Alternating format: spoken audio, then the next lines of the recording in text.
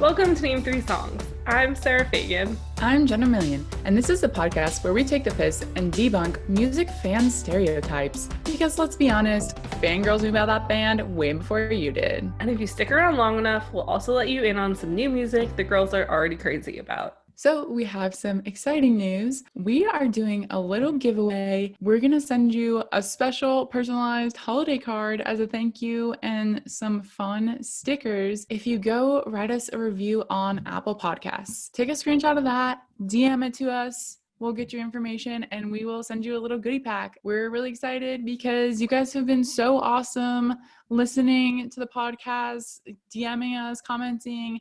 We appreciate it so much. So this is a little thank you from us to you guys. And also, if you've already written one, you can just let us know and you can be involved in this because we don't want you guys to be left out for being amazing before we begged you to be. We're doing this for the month of December. So if you hear this and it's December, go ahead and do that and then DM us and let us know. So Sarah, what are we talking about today? We're discussing the life and times of Miley Cyrus. It's kind of amazing. This is the first woman we're actually dedicating a whole episode to. It's always been about the dude so far. And I feel Shame on us.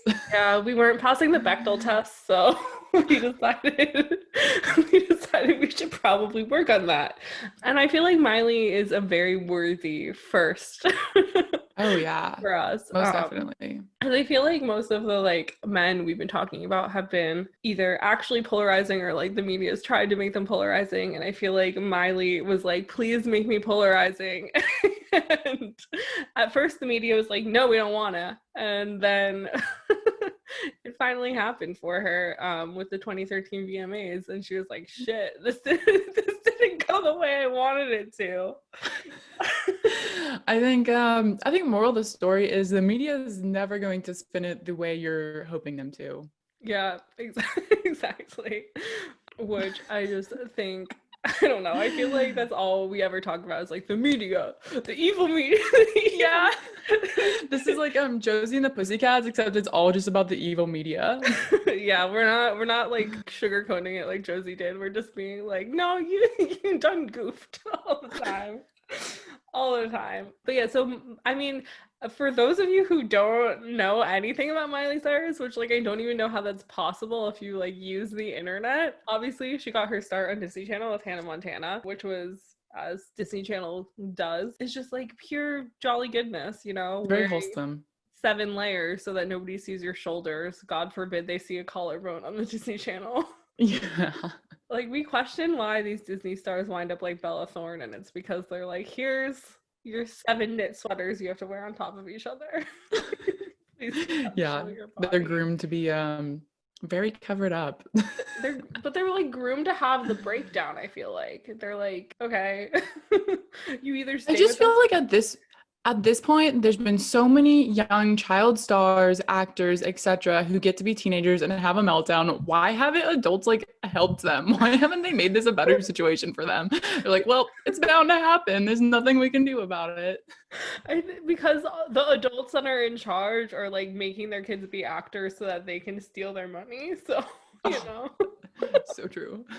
So obviously, in doing this research, we have to go back in time to come forward in time, and I just feel it's so wild that there's just a pinpoint in Miley's career where you see her trying to sort of be yeah, I'm ready to be a grown-up. And that was that 2008. In the Vanity Fair article, you can see her starting to put the wheels in motion of being hi, I'm a teenager, because I think she started Hannah Montana when she was 11 or 12. And in the article, she's kind of talking about these teen early 20s stars, so Britney Spears, Lindsay Lohan, Hilary Duff, and the different sort of trajectories you can go post being a teeny bopper star. She basically was talking in this Vanity Fair article about how they're going to go through these things, and it's normal 20-year-olds do go out and party and do drugs. And so it's normal that these people Britney and Lindsay and those sort of things are going out and doing this, but because they're in the limelight, it makes it so much worse. And she's but I know them, they're not bad people. And so we shouldn't hold it against them. And it's she also acknowledges that they have things that they're struggling over from being getting famous so young and so quickly. And I just think that like 15-year-old Miley Cyrus being so aware and like cognizant of like this thing that's going on, while like for the Vanity Fair shoot, which was like her first ever scandal, was that like Annie Leibovitz, who is a famous photographer. I feel like I keep mansplaining to people today and I don't know why I'm doing this, but Annie Leibovitz shot Miley's Vanity Fair cover, and the shoot is like Miley like topless, but she's wearing like this blanket, and it's supposed to be like this beautiful portrait, and Miley talks about how she thinks that the portrait is really beautiful and not scandalous in any way, just very like demure and kind of like, look, I'm growing up, I guess, like the best way to talk, like say it. And I just think it's crazy how in this interview Miley's talking about these other people who have gone from like Disney-esque careers to then be like wilding out, and that's the discussion of this interview. And then once the interview comes out, they're like, Miley Cyrus is involved in the scandal because of this photo. And Yeah, and it's like her bare back. Yeah, exactly. Like No, nothing was provocative about it. No. Like people were just trying to make it into a thing and it wasn't a thing.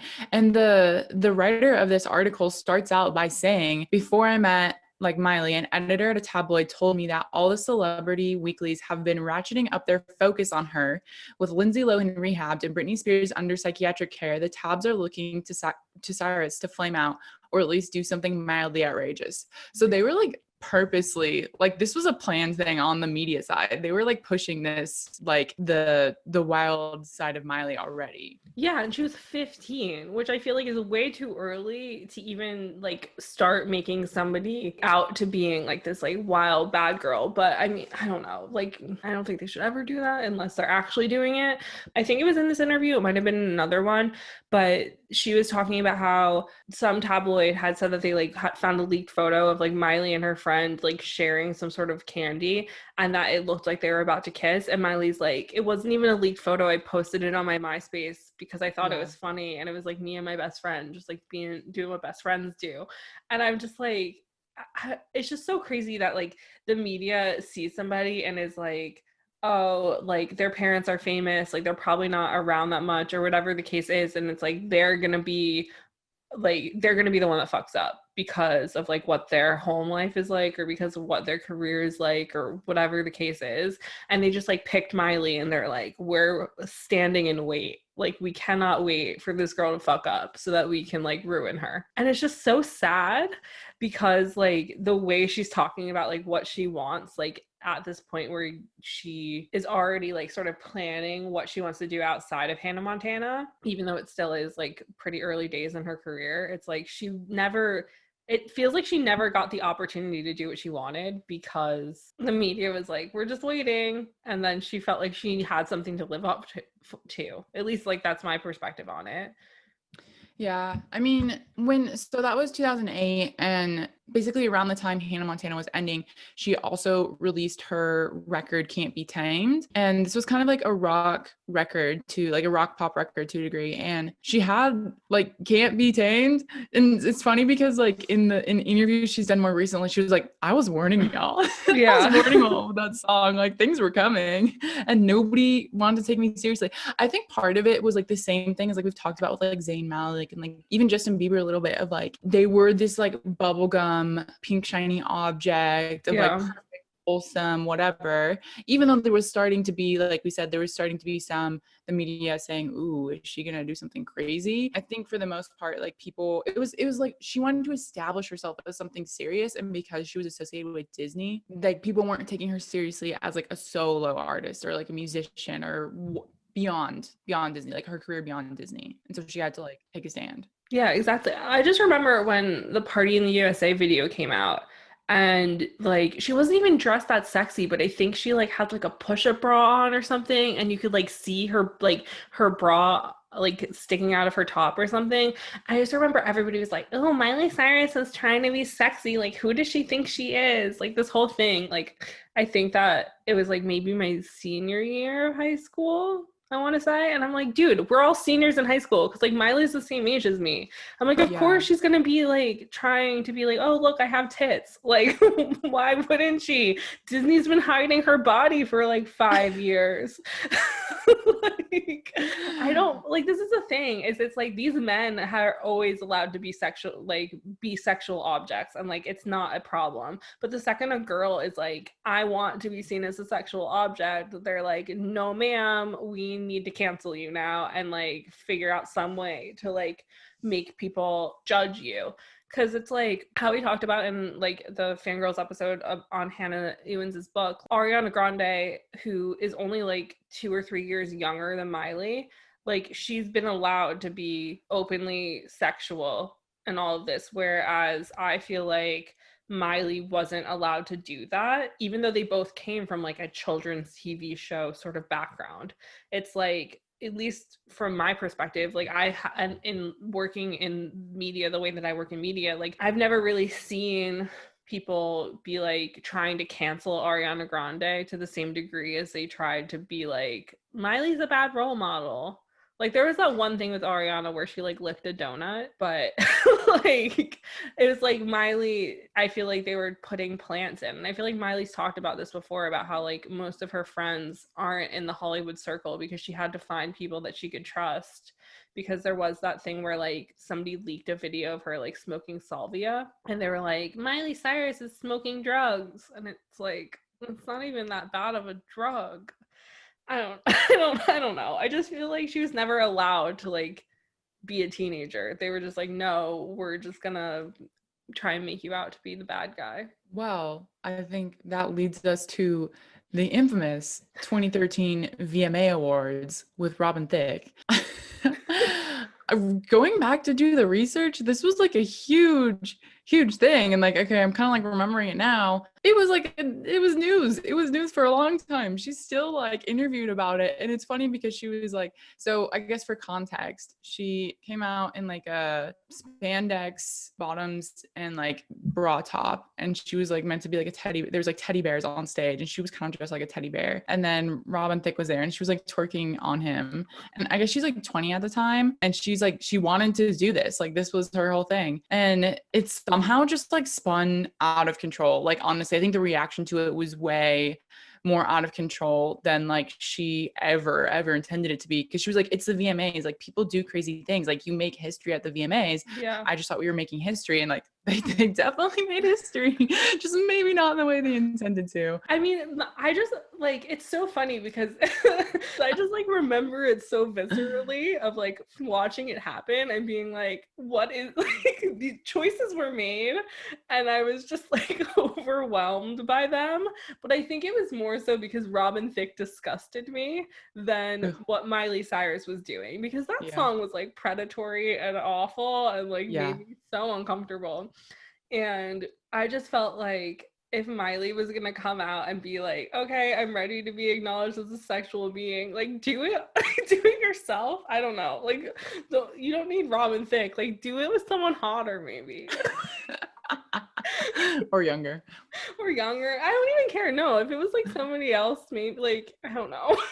I'm trying to think who else is the same age as Robin Thicke. Like if she had like twerked on Usher, like I wouldn't have cared, because I'd be like, I twerk on Usher. Yeah, so I remember watching this happen very vividly and just being like, what like choices were made, and I questioned a lot of them, but most of them weren't Miley's choices that I was questioning. It was more so like every aspect of this was like weird, where like if they had like been done in like a different way, it might not have been as weird. But I think Robin Thicke being involved was like what my my problem with it was. But I mean, that stemmed off into like so many issues for Miley, because it was like people being like, oh, she's being too over the top with like her sexualization, but then also they were like, she's not even sexy enough to try and be sexy like this. And she spoke recently on like an Instagram live thing with Demi Lovato about the VMAs thing and about body image and stuff. And it was just kind of like heartbreaking listening to this, because like when I think of Miley Cyrus, especially nowadays, it's like I just think of her as being like super empowered and super comfortable in who she is and like what she's doing, and like doesn't have any issues with like any of these things. And she was saying that like because of that VMAs performance and because people were making fun of her because she was like wearing like this spandex like nude body colored like suit thing, she said on this like Instagram live that she went through 2 or 3 years where she wouldn't wear shorts, and she's like, I stopped wearing skirts on stage, all this shit, because after the VMAs and I had on a cute little new bodysuit, everyone started comparing me to a turkey and putting a turkey in my outfit because I was so skinny and pasty. And then she was saying afterwards how she's like, my brand has always been about being so like unapologetically myself and being confident, and the worst thing that I would feel like I would be to my fans would be lying or like a fraud.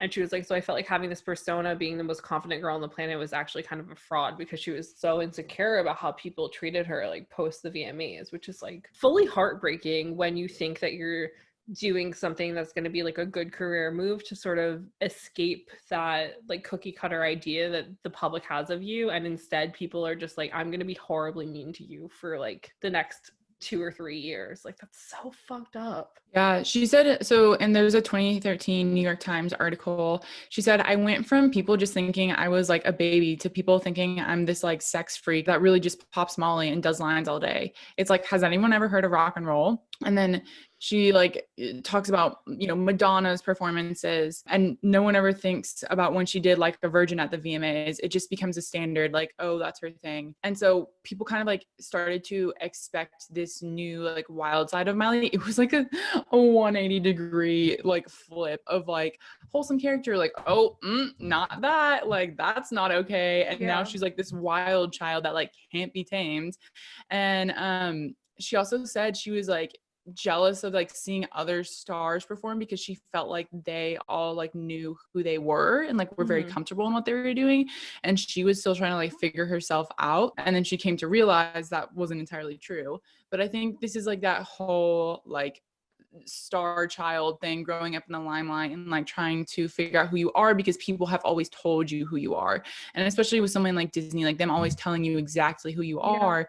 And she's trying to break out of that box. And by doing so, then she became this like slut shamed icon for that performance. Well, I mean, in that, I think it's the Vanity Fair one, or maybe it was another interview, but in it, they like acknowledged how Miley was super like formed in that like you could tell that she was very trained on like how to speak on interviews and like how to be like coy and reserved and like not go too far into like talking about things and sort of remain that way. And so I feel like when you're trained from such a young age of like how to act around adults and like how to act in interviews and all that sort of thing, like you don't have any spare time to like figure out who you are. And in 2013 she had like a documentary come out on MTV where she was saying how 5 years ago, that so in 2008, that like she thought her plan like post Hannah Montana was to be in like a band like Paramore, and she wanted to do rock music. And I feel like she sort of was trying, like obviously like the music that she released with like Cant Be Tamed was still sort of a pop record, but it was, you could tell that she was like interested in rock because it wasn't like bubblegum pop music. It was a bit harder, and like in the music videos you could like see that she was trying to go for that like rock aesthetic of things, and people just didn't like respond to it. Instead they were just like, who's she trying to be, what's she trying to do? And because I feel like people weren't seeing that like this is like a slow climb to like who she was trying to find like herself as, it like obviously I don't know, I'm not trying to speak for her, but like from my perspective it's like if you for so long like people only equate you with like your character that you're acting as, like I feel like it must be so hard to then do like a slow burn into like this person that you think that you are. And if people aren't like being accepting of it, you're like, okay, I have to go like 100 miles an hour instead of 50 and just be like, look at me, look at who I am. And then I feel like there was like 3 or 4 years where, from at least like a fan perspective, like it seemed like Miley was kind of just lost and like tumbling through space of like trying to figure out who she was, because every record was different. Like everything that she's released has been different, and like clearly her trying to like find her niche and like trying to find herself in like a very public way, which like is so hard to do, I feel like, because you're not really given the opportunity to rest or like live with an image, because it's like the second somebody is like, no, you're doing this the wrong way, you are predisposed to wanting to please the public because of being on Disney Channel, being trained that way. So it's like, oh, okay, I guess I need to change my sound again. Yeah, well, no, she definitely goes through like a persona switch every single time she does a record. But I think, I mean, now she's spoken about that's kind of just how she is. But before we get there, I mean, because like it was such a 180 with her doing this, and then Bangers, which came out at the same time, Wrecking Ball dropped the same day as the VMA performance. And Bangers was like a hip hop record. And there's an article in Vulture where they compare it to like Kesha. But like Kesha is like obviously like the party type screwball, because she's like framed herself as that like in her songs like TikTok and all that stuff. And they're saying like Miley's like attempting to do this, but they like people like can see through it. I think the really interesting thing about Bangers is that like when you do research on something like this, everyone's like, oh, like Miley Cyrus doing a hip hop album and like appropriating hip hop culture and all these things, where the general public, I feel like, knew 3 songs from the album, which was Adore You, Wrecking Ball, and We Can't Stop, which none of those songs I would equate with hip hop music. Yeah. And so I think it's just so crazy that like I understand wanting to like explore a different music thing, but I feel like there has like Miley has said a lot of controversial things in regards to releasing that record, that it's just like, but you didn't even choose to release hip hop style music as the singles. So why do you feel like you're the person who should be like speaking out about like what is and isn't acceptable in hip hop music? Yeah, it's kind of like she was like even though she was using hip hop music, her singles off of it were pop for the most part. Yeah, which was covering up like to appeal to more people. Yeah, exactly. It felt like she was nervous about the fact that she was like trying to do hip hop, and so, or her team was nervous. Obviously, like I don't know who picks like what the singles are, but like in 2017 she did a cover story with Billboard, and she was talking about the new Kendrick Lamar record that came out, or song, the song Humble, which I love that song. But she was talking about how like he's just rapping like quote unquote like not in a derogatory way, and she's like, I love it because she's like, so many rap songs are like like I don't even want to read this quote because it just feels wrong,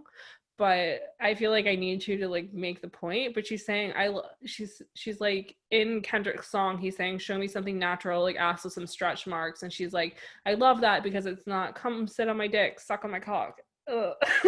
And she's like, I can't listen to that anymore. That's what pushed me out of the hip hop scene a little bit. It was too much Lamborghini, got my Rolex, got a girl on my cock. I'm so not that.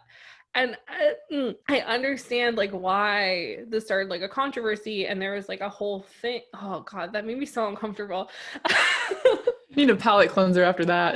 Because it's just like not even, it's just the fact that it's like she's dumbing down a type of music just because she doesn't understand like the lifestyle behind it. And it's like, it's not her place to do that. It's like, just because you release music that is in the hip hop genre doesn't mean that it's your place to like question it or talk down about it when you don't understand the culture behind it, because it's like, she's a white girl from Nashville.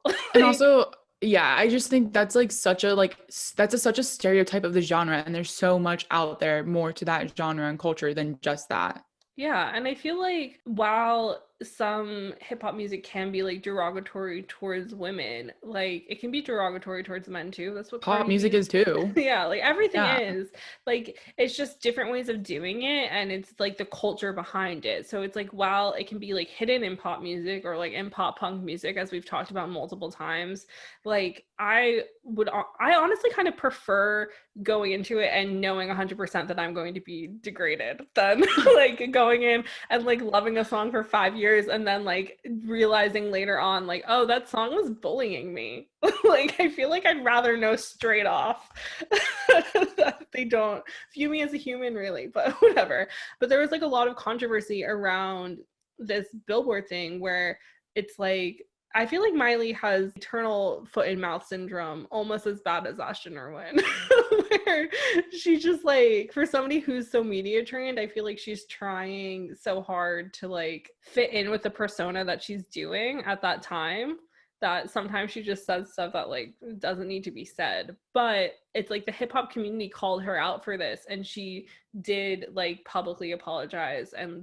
But I think it took a year for her to be like, yeah, I goofed. Like, I shouldn't do this. Basically, I know that there was this woman in hip hop who made like a post about it being like, why would you do that? Or no, she made a YouTube video just like responding to like Miley Cyrus, like bangers era sort of thing. And Miley left like a whole comment being like, I realize now like why this wasn't appropriate and why I shouldn't be doing this. So at least she kind of like pedaled back, but like in a way of like owning it. Whereas I feel like a lot of other people in her shoes in the past kind of just pedal back without ever being like, yeah, I messed up. Like I did something wrong. Like I shouldn't talk about something that I don't really understand. But I do just think it's interesting that it's like, I quite like it when people continuously release like different music because it shows that they're growing as a person and like all that stuff. I feel like when bands sort of stay in the same, like every album sounds the same, it's like you don't, like, I don't know. I just feel like you don't get. I think it's impressive that she's had the creative like liberty to do so much because, and I think it's partly because she's already famous. She can just kind of do whatever she wants, and like if it sticks, cool, and if it flops, like it doesn't really matter. She's already famous. Which like a lot of other like musicians can't really afford to do, because so we saw 2013 bangers, 2015 Miley Cyrus and her Dead Pets, which we kind of both just forgot this even happened. It's like a collab record with Wayne. What's his name? Wayne Coyne from the Flaming Lips.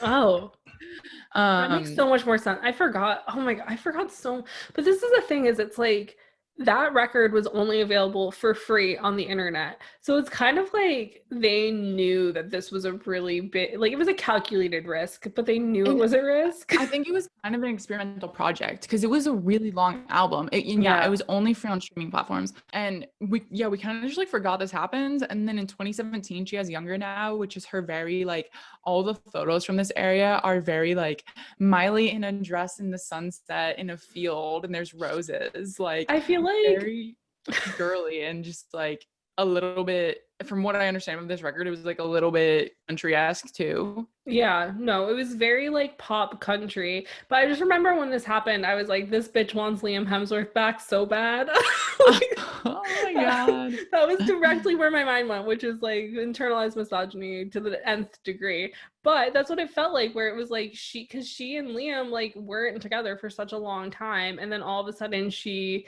goes from doing this like ultra ridiculous like LSD trip album with a guy from Flaming Lips to being like, oh, look at me being all pure and wholesome in a field and like singing waxingly about Malibu, which is like where she and Liam Hemsworth bought their first home together. So it's like, what else am I supposed to think? Like where else is my mind supposed to go? And then her current record, which as we're recording this just came out on Friday, a few days ago, is Plastic Hearts, and she's like totally rock and roll 80s Miley. In a 2019 article with Elle, Miley's talking about a new song that she was working on called Never Be Me, and the chorus says, if you're looking for faithful, that'll never be me. If you're looking for stable, that'll never be me. If you're looking for someone that'll be all you need, that's never going to be me. And when I first played it for producer Mark Ronson, he was like, you can't say that. You have guy fans and they're not going to understand what you mean. I don't even understand what you mean. And Miley says, but you wouldn't say anything about it if a man came in and played that record.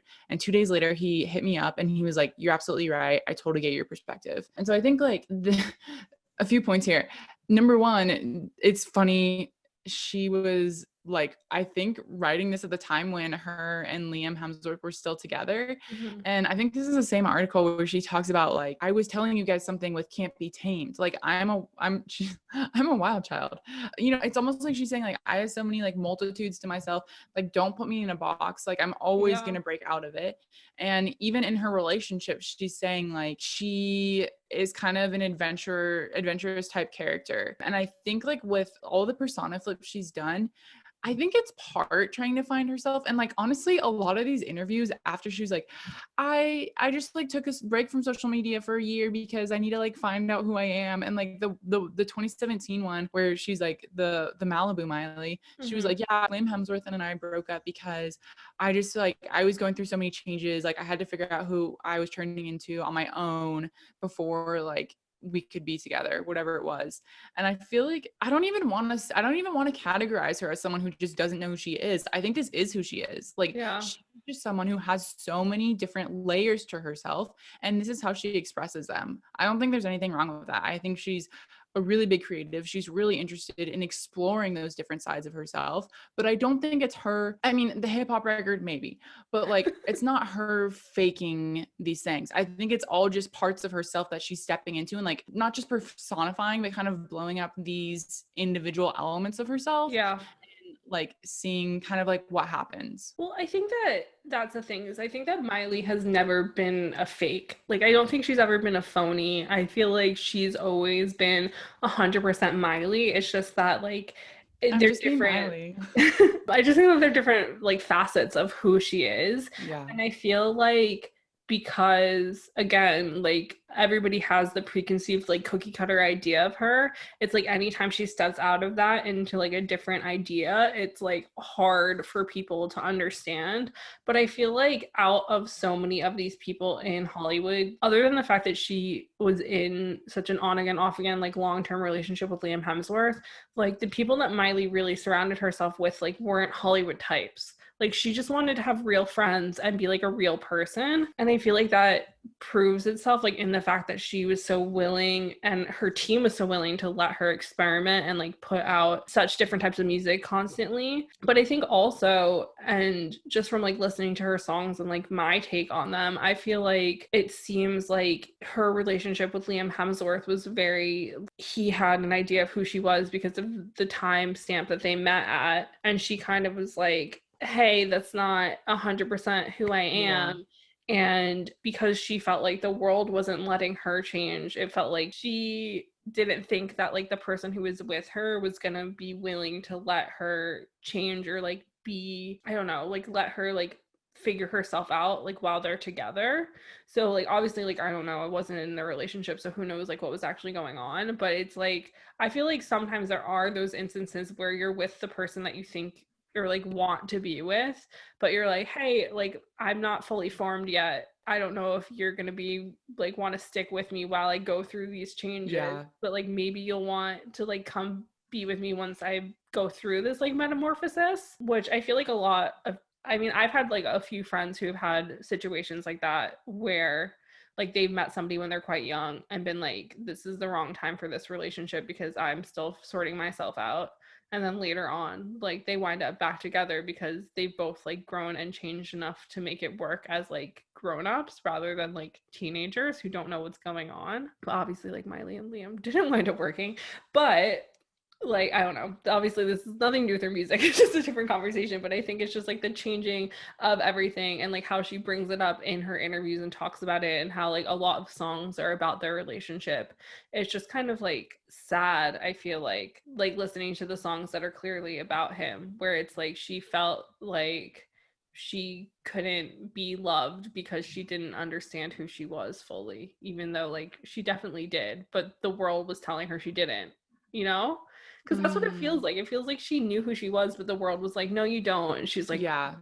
don't, do I not? Yeah. Before we were recording, you said something about, like, all of her songs make it sound like she puts herself through a lot of heartbreak or something like that. Oh yeah. Well, so yeah, I mean like a lot of it just sounds like she's really hard on herself when she's in relationships where she kind of like beats herself up. I don't know. I just feel like anytime I listen to her music, it just like hurts my soul because I'm like cuz she seems like such a good person like relatively speaking. Like obviously like she fucks up, but like who doesn't fuck up? But she seems like the kind of person that you could like hang out with and be friends with. Like she's one of those celebrities that I'm like, oh, like if you interviewed them and you got along, they'd be like, want to get drinks? Like that's the vibe that I get from her. Whereas like there's other celebrities that you see and you're like, oh, when if you interviewed them, there's no way, even if you get on really well, that they're gonna be like, oh, like let's exchange numbers. Whereas I feel like Yeah. Miley is the kind of person where if she's like, oh, this person's like on my heart level, that she would just be your friend, like no Yeah. matter who you are. I just feel like she's a very special type of human.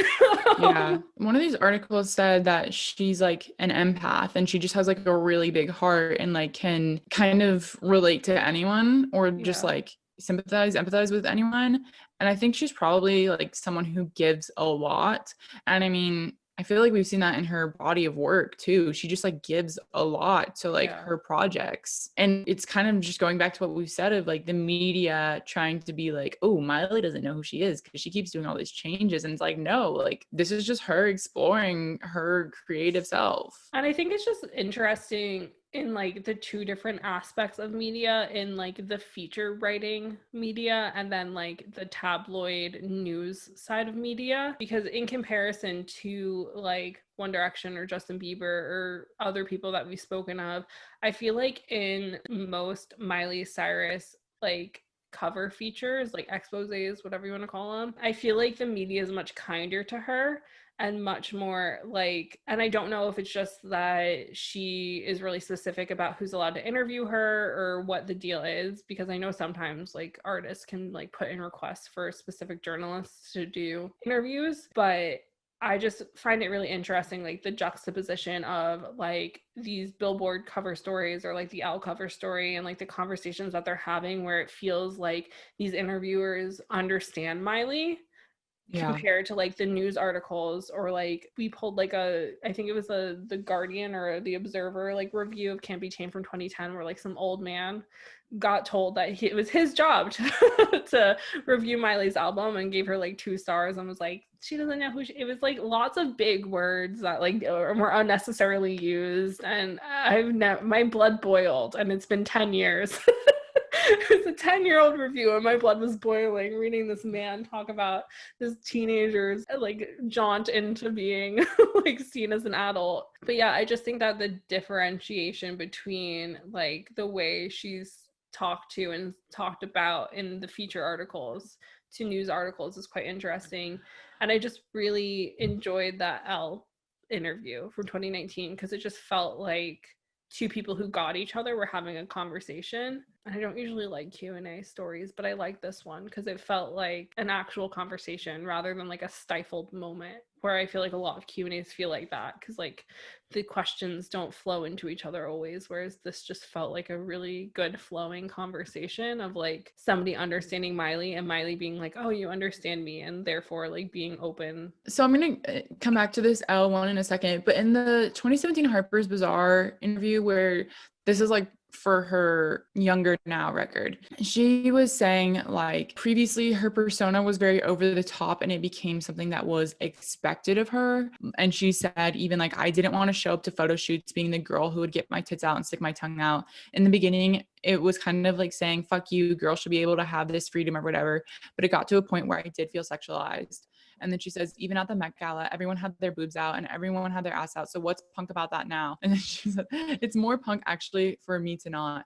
And I think that also was like a kind of a shifting of like the culture in the like the mid 2000s to now of like women, as we've said in past episodes, stepping into their kind of like sexual power and being like, this is how I am owning my body and owning my sexuality, and this is how I'm going to dress, and like fuck you if you don't like it. And so there's very much more now that kind of idea about how women are portraying themselves. But she says, like Miley says now, like it turned into like something that was expected of her, and she didn't want to be that anymore. And then she goes on to say like, how can I be the role model I'm supposed to be? And then it says, she's like, yeah, I just said role model. Who gives a shit? Because I got my tits out, that doesn't make me less of a role model. I think that's really interesting because she knows she's like in a public space where she still has these fans who are younger, who look up to her, or a lot of fans who grew up with her too. We grew up, you know, with Hannah Montana, and Miley is a role model. I mean, like,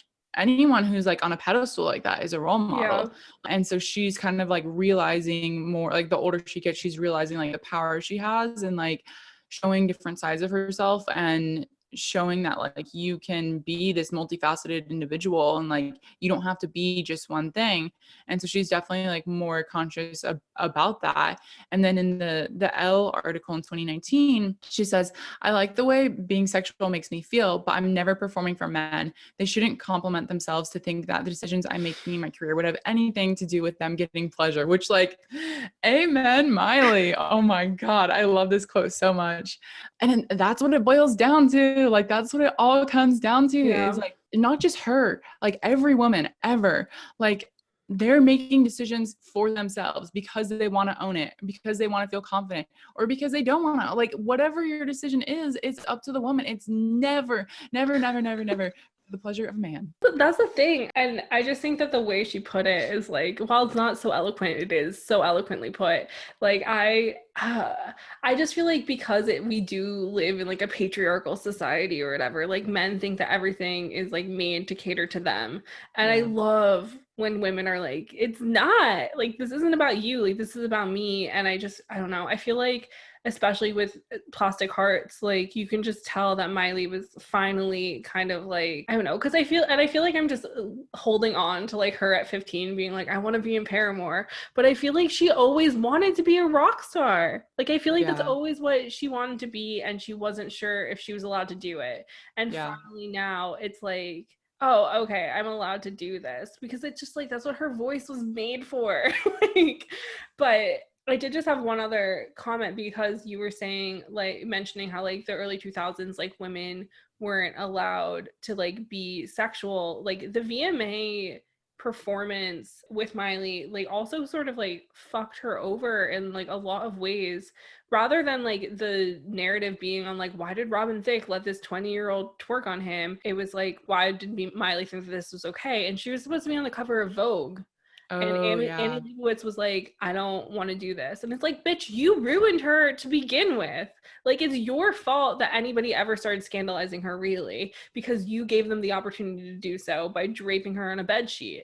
And now you're saying that she's too sexualized for you to photograph and allow to be on the cover of Vogue? Like, who died and made you queen? Like, I don't know. It just makes me upset that Miley's just been scrutinized for so long. Because, like, I'm not saying, obviously, like, I already, like, critiqued ways that she's spoken. Like, I don't think that she's perfect, but I think that women should be allowed to, like, find themselves. And if finding themselves means that they want to, like, dress provocatively and, like, have their thing be that they lick things for, like, 2 years, let them do it.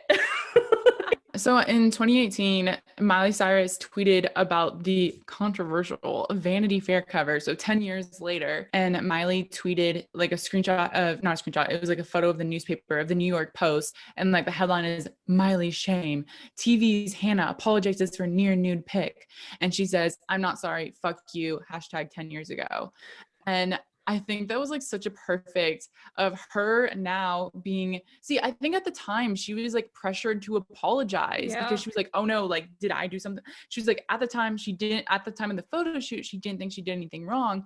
And then like everyone freaked out about it. And so she felt like, oh no, maybe I did do something wrong. And now that she's like older and she's like, fuck that. No, I'm not apologizing. Like, I did that. There was nothing wrong with it. Like, after the fact of that Vanity Fair thing, since we're talking about it again, the interviewer, whoever, is like, though the post was Annie Leibovitz's idea, the topless but demure portrait accompanying this article could be seen as another baby step, as it were, toward a more mature profile. And then Smiley goes, I think it's really artsy. And she goes, it wasn't in a skanky way. And she's like, and you can't say no to Annie. She's so cute. She gets this puppy dog look, and you're like, oh, okay. So it's literally like this old woman.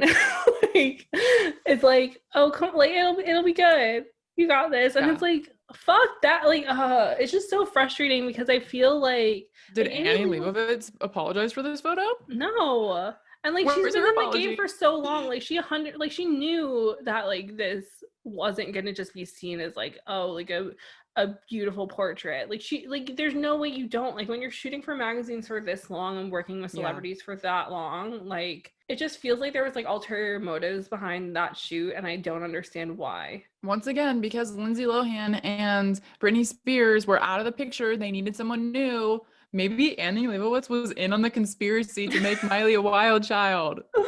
Hot Oh my take of the God. day. It's just, the thing is it's like sometimes I just wonder like if that hadn't happened, like if Miley would have been more respected. I just feel like there are so many things that she could have done at the VMAs to be like, look at me, I'm like a sexual adult, that weren't as uncomfortable as that Robin Thicke thing. Where I feel like if they hadn't already planted the seeds of that sort of like scandalous mess and like kind of making fun of her for trying to like be an adult with like the Cant Be Tamed video and stuff, I just feel like she wouldn't have had to take these like drastic steps, because like she still could have like released the same sort of music and done the same sort of things, but without having to like take these steps that like it seems like she's even kind of uncomfortable with looking back on. Yeah, it's an interesting way to think about it, because like, would Miley be in the same place now if not for the 2013 VMAs? Like, could there be an alternate reality where like things did not happen to that degree, and she wouldn't have ended up the same that she is now? Yeah, true. It's like that's the thing with like the butterfly effect, where it's like if you change one thing, like you think it won't Oh, change things too take the VMAs much. out of the puzzle. Yeah. But Who's like Miley now? it really might change things way too much. I feel like Miley now without the VMAs has like 2 kids, and like every album was younger now. Is married to Liam Hemsworth still with 2 kids, Yeah. and they're pigs and they're like 9 dogs. Yeah, exactly. So one more thing I really want to point out, and like I didn't know this because I honestly haven't been keeping up with Miley much until we were doing this research. So she started this organization called Hippie in 2014, and it focuses on youth homelessness and the LGBTQ community, especially in LA. And I think this is really interesting because she brought it up in like a few of her interviews, and she like kind of has spoken out a bit for like the transgender community especially. So she said, and this is the again the Harper Bazaar article, she said, when I started speaking up on trans rights, I spent hours on the phone every day talking to experts, so I was able to speak about it from a knowledgeable place. I think my connections with trans people is you should be able to change and be who you are at any time. She says, like, you should not be glued to gender, age, race. Those things should not define you. You're born as a blank canvas, and your job on this planet is to take the time to paint it the way you want. And you can fucking scrape it off and start over again as many times as you want, which clearly Miley has very much embodied that idea. But I think it's interesting that and like she said in here, she's like pansexual, she's gender fluid. I didn't know this about Miley, so I don't know like how common knowledge this is. I feel like that rhetoric around like being a trans person is like kind of not it, but that like just being like, oh, like you can constantly change, because it's like these people are like their soul is born in the wrong body. Like it's not them constantly wanting to change. It's like them being like, I'm supposed to be a girl, or like I'm supposed to be a boy. So I just feel like that language that she used is questionable, at least from like my perspective of like my understanding of things. But I do think that it is really incredible that she is like trying to learn and like putting in the work and the effort to like be like, I want to help these people, but I want to like know what I'm talking about when I'm helping these people. Because I feel like a lot of celebrities will just be like, oh, I'm donating to this cause, or like, oh, I support this cause. But the fact that she started her own nonprofit and is like putting in the legwork to like understand the language and understand how it all works, I think that that's really impressive. I mean, yeah, definitely like being someone, like figuring out who you are and then having to go through like a gender transformation is like two entirely different things, definitely. But it's just interesting in the context of who Miley is as a person, as far as like the gender fluid side of things, because I feel like that just has never been talked about a lot in the media. Like I said, I never don't think so. this, because she's always been in very like heterosexual relationships, and she even says that with Liam Hemsworth, and like there are photos with her dating 2 different girls at different points. So after she and Liam broke up, she dated Caitlyn. I can't remember her last name, but she used to be married to Brody Jenner. Yeah. And so, but I just think that it's like interesting where like for so long she's talked about, like, I feel like it's been a long time of her talking about like her like trying to come to terms with her sexuality. And I think that that was a lot of like why she and Liam broke up for some time, was like her trying to understand who she is in that sense, like sexuality speaking. But I do agree that I feel like it's not talked about enough. I feel like because she has notoriously been in heterosexual relationships, that the media just like brushes off that she ever said that. It's like, oh, well, you're straight right now, which is like a whole thing of like Yeah, gender fluidity erasure in pop culture in general. bisexual erasure and everything. Exactly. Miley's journey of like self-discovery has been something that, like, when you're on her side, has been like a very beautiful journey. And I think that it's quite interesting that like it's so possible to be either on someone's side or not on their side. Because I feel like when like we were talking about Justin Bieber, I feel like the whole world, even his fans, were kind of like embarrassed of him for a little while, where it's like, because like we didn't we didn't get like that deep into like criticizing his behavior, but I just mean like how I just remember things going, like when he was like punching paparazzi and like doing these things, it kind of felt like everybody was kind of like, oh, let's look away from this train wreck for a little while. Whereas with Miley, I feel like it was either like, oh, let's judge this train wreck, or like, let's acknowledge that this isn't a train wreck. This is like a young woman trying to figure out who they are. And I feel like her journey is so specific in that way of like her fans, or even just people who respected her, understanding like this is just like a 20-something-year-old girl going through it and like trying to figure out who they are. Whereas like the people who didn't care about her were like, oh, front row seats to a train wreck, love it, let's eat this up. But at the same time, like she's doing all this stuff, like making a nonprofit, doing these things, like discovering herself. And it's like those things just don't get talked about enough because the media was like, well, the people who don't care about her love her being a mess, so let's lean into that. Yeah. I mean, she's just like another example of someone who's had like quite the career arc of the ups and downs and the in-betweens. And I feel like now, I mean, the last record and this record, she's kind of like coming out on top. I feel like this record is going to be really, really big for her and kind of her latest facet of Miley, although probably not the last, if we're being honest. I want Miley to stay Rock Miley forever, though. I know. We all want Miley to stay Rock Miley, but will she? Only time will tell. Okay, so like, yes, I do 100% want Miley to become the rock goddess I've always dreamed of her being. But I think the thing that, at least for me, as like literally growing up with her, because we're the exact same age, like it's just been so interesting and like kind of empowering watching her go through all of this and like not completely fuck up her life. I feel like anybody like when I was young that I really liked, because I was like really obsessed with Lindsay Lohan when I was young, and like just watching her be like an actual train wreck, that's not a great role model. Like when you think about it, like, and I'm not trying to like shit on Lindsay Lohan. Like I know she was going through a lot. I'm not negating that. But I just mean like I feel like a lot of the older celebrities that I looked up to that like were always in the tabloids or stuff, like when you're at the grocery store and like reading front page things, like nothing was ever that positive. Whereas like once Miley and like once both of us were like older and she's now in these things, it's like obviously like I know more because I'm an older person, but it's like everything just always felt like they were like ripping apart somebody who wasn't actually doing something wrong, because there were never like these photos of Miley like passed out drunk or throwing up on the sidewalk or things like that, whereas like there were these photos of Lindsay Lohan like her like vagina out there like whatever, like whatever nonsense she was doing, whereas like there wasn't like imagery to go along like storyline that they were trying to feed us, because any photo to prove their point was something that Miley chose to do. It wasn't something that Miley was doing and getting caught doing. That is very true. And so I just think that for the media leaning so hard into trying to like tear apart this young woman who's just trying to understand who she is in the era of like the internet and in the era of like women becoming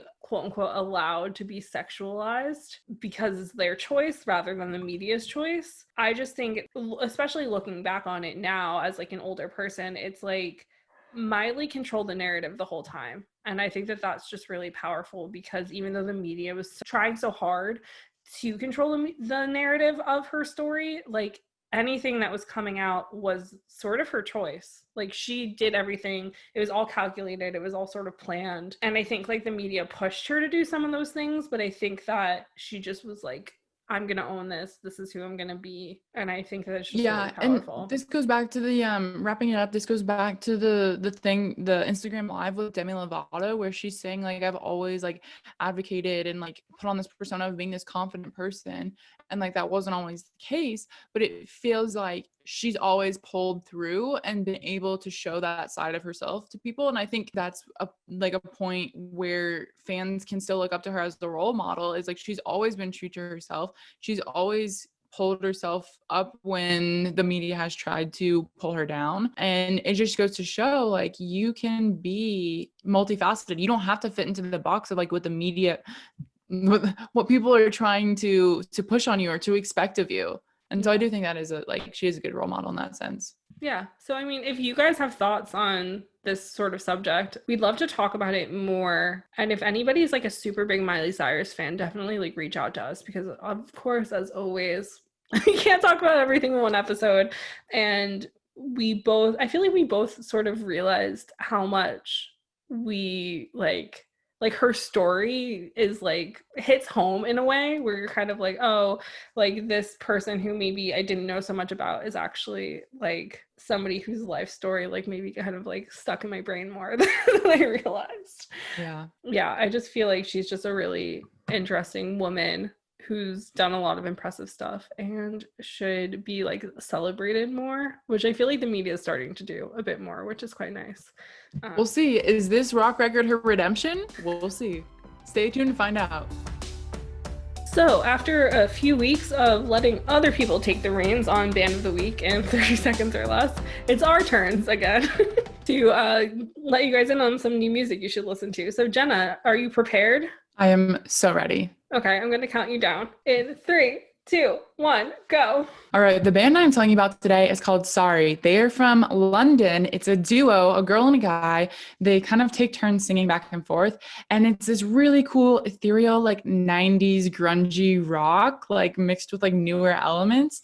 It's really cool. They had a record come out in March called 925. My favorite songs are Starstruck and there's another one. But check them out because I think they're gonna be the next big thing. Oh my god, that was perfect. But yeah, so if you have thoughts, as per usual, come hit us up on Twitter at name3songs or at Sarah_Fagan and at Jenna_Million. Thank you guys so much for joining us on Name 3 Songs. Until next time, never let anyone make you feel bad about your favorite band. And remember, you're never too cool to listen to Harry Styles. Don't forget to subscribe to be notified when each episode comes out and leave us a 5-star review. They really help. If you want to find out more about any of the sources we referenced in this episode, you can visit name3songs.com.